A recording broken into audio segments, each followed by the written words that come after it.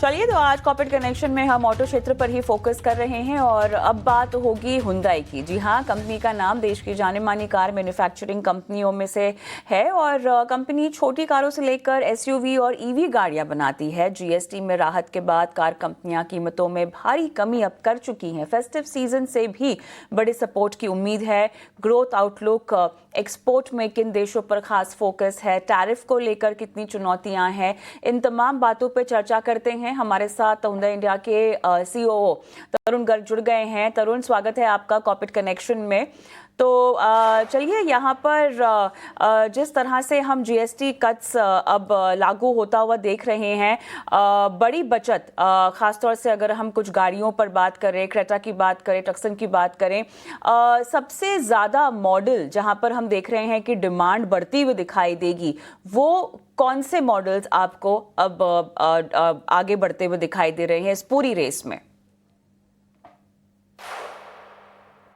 देखिए, सबसे पहले तो हम ऑनरेबल प्राइम मिनिस्टर जी का धन्यवाद करना चाहेंगे कि इतने बड़े जीएसटी रिफॉर्म्स वो लेके आए हैं।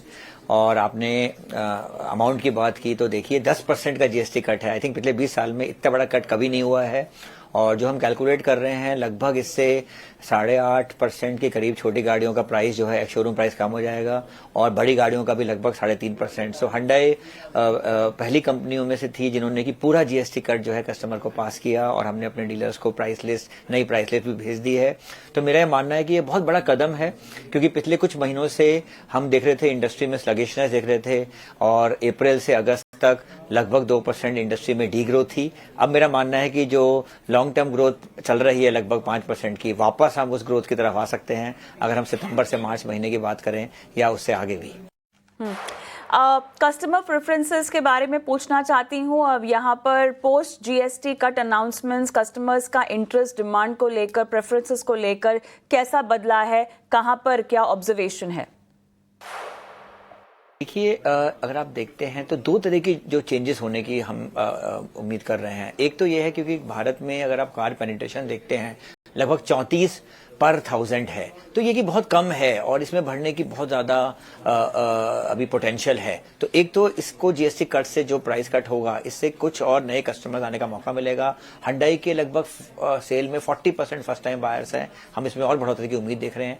दूसरी जो चीज बहुत बड़े रूप में आने वाली है कि कस्टमर को अभी तो पता ही है कि भाई कितने पैसे वो खर्च कर सकते हैं, उसमें कोई बदलाव नहीं है, लेकिन उतने ही पैसों में कस्टमर अब हायर एंड में जा सकता है। तो मेरा ये मानना है कि जो लेस देन 10 लाख रुपीस का एसयूवी सेगमेंट है उसमें एक बहुत अच्छी ग्रोथ आ सकती है इस जीएसटी कट के बाद। तो ये वेन्यू और एक्स्ट्रा सेगमेंट है और एक बहुत बड़ी अपॉर्चुनिटी के रूप में ये उभर के आएगा। देखिए, बढ़ोतरी तो हर जगह होगी, चाहे वो छोटी गाड़ियां हैं, हैचेज हैं या बड़े एसयूवीज हैं, लेकिन सबसे बड़ी बढ़ोतरी हमारे अपने एस्टिमेट के हिसाब से less than 10 lakh rupees SUV segment में एक बहुत अच्छी ग्रोथ आने की उम्मीद है।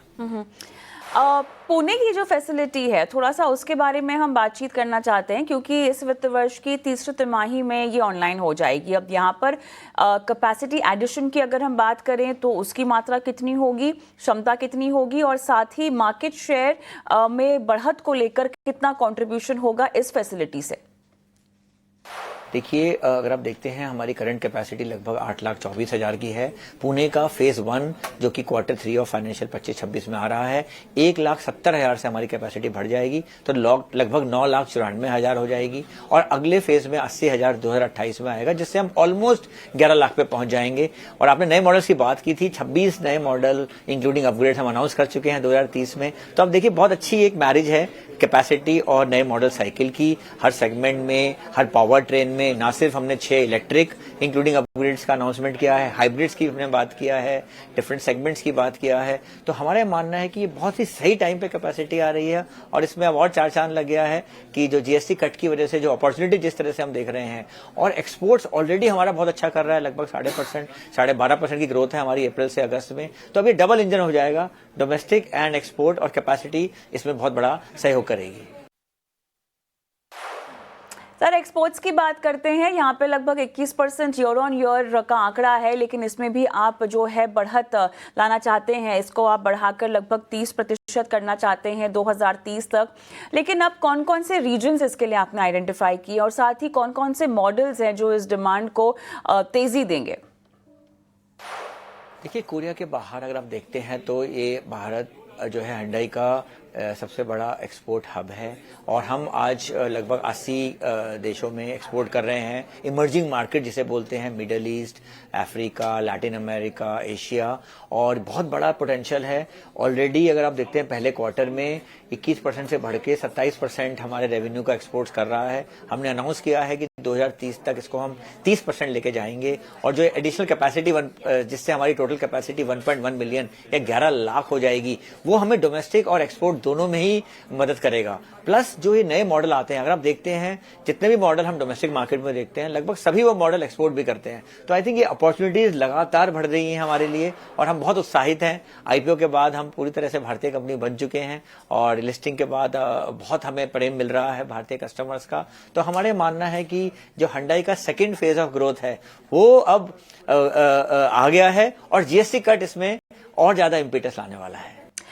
चलिए सर, आप जुड़े हमारे साथ और तमाम पहलुओं पर बातचीत की और सबसे बड़ा मुद्दा जो कि हर किसी की जुबान पे है, जो गाड़ी खरीदार हैं कि कितना फ़ायदा, कब तक फ़ायदा मिलेगा, किन किन मॉडल्स के दाम सस्ते होंगे। बहुत बहुत धन्यवाद अरुण सर, आपने तमाम बातें बारीकी से दर्शकों के सामने रखी। धन्यवाद।